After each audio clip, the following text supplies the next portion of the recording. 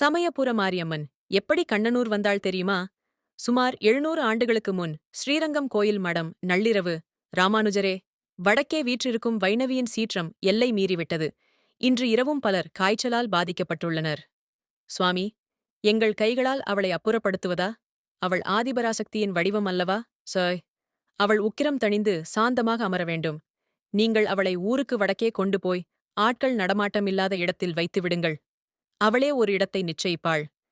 சிலையைத் தூக்கிக் கொண்டு போகும் முன், அன்னையே, எம் அண்ணன் ரங்கநாதரின் கட்டளை இது. உன் திருவிளையாடல் என்னவோ அது நிறைவேறட்டும். ராமானுஜரும் மற்ற பணியாளர்களும் களைத்துப் போய் கண்ணனூர் மேட்டில் சிலையை இறக்கி வைக்கின்றனர்.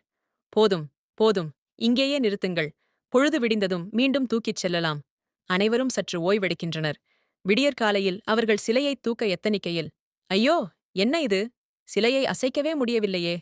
நேற்று எடுத்தபோது இருந்த எடை இப்போது இல்லையே. நன்றாகப் பாருங்கள். சக்தி முழுவதும் சிலைக்குள் இறங்கி மண்ணோடு ஒட்டிக் கொண்டதைப் போலத் தோன்றுகிறதே. அம்மன் இங்கேயே குடிகொள்ள சமயம் பார்த்துவிட்டாள் போல. அங்கேயே சிலையை வைத்துவிட்டு பயபக்தியுடன் அவர்கள் ஸ்ரீரங்கம் திரும்புகின்றனர்.